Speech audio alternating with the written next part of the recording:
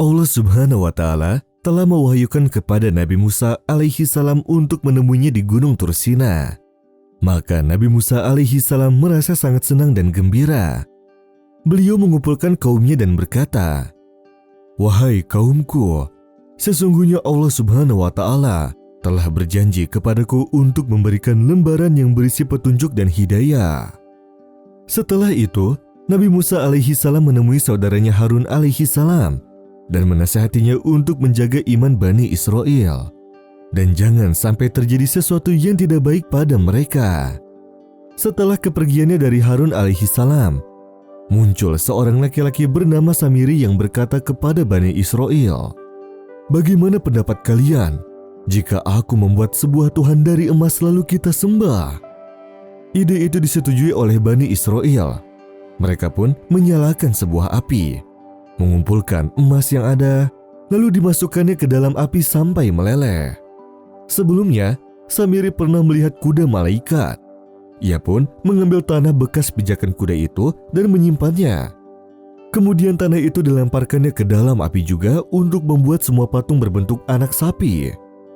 Ia juga melubangi patung itu, sehingga jika angin bertiup, akan terdengar dari patung itu suara anak sapi sungguhan.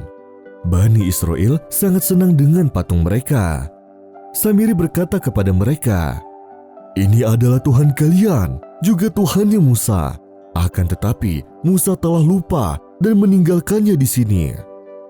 Bani Israel melingkari patung itu, bertepuk tangan, ruku, hingga sujud kepadanya.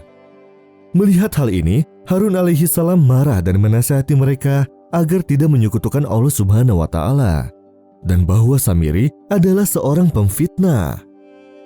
Akan tetapi, Bani Israel menyepelekannya. Mereka menyuruh Harun untuk menyembahnya juga, bahkan mengancam akan membunuhnya jika ia tidak mau menyembah patung anak sapi itu. Harun alaihi salam merasa tidak sanggup untuk menasihati mereka. Ia pun pergi beruzlah bersama orang-orang yang masih beriman kepada Allah Subhanahu wa Ta'ala.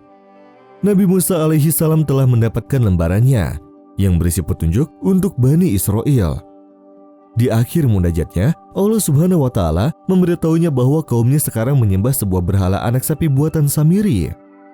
Nabi Musa alaihi salam pun sangat sedih mendengarnya. Ia pun mengambil lembarannya dan pulang. Sesampainya di kampungnya, ia langsung menemui kaumnya sambil membanting lembarannya seraya berkata, "Alangkah buruknya perilaku kalian ini.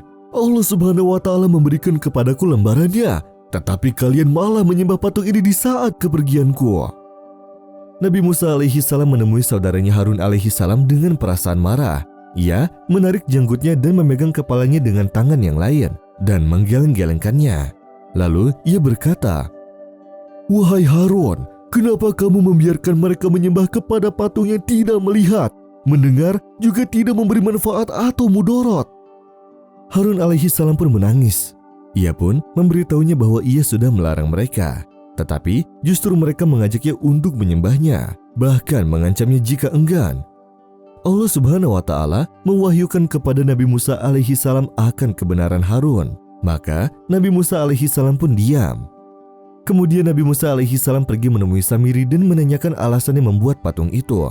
Samiri menjawab, "Wahai Musa, sesungguhnya hawa nafsukulah yang membuatku seperti itu." Kemudian Samiri menjelaskan bagaimana cara ia membuat patung itu.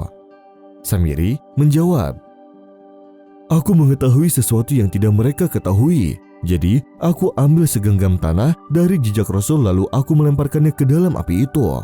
Demikianlah nafsuku membujukku." Quran Surah Toha ayat 96. Nabi Musa alaihi salam menghukumnya dengan tidak boleh satupun orang berbicara kepadanya, juga tidak memperbolehkannya untuk berbicara kepada siapapun.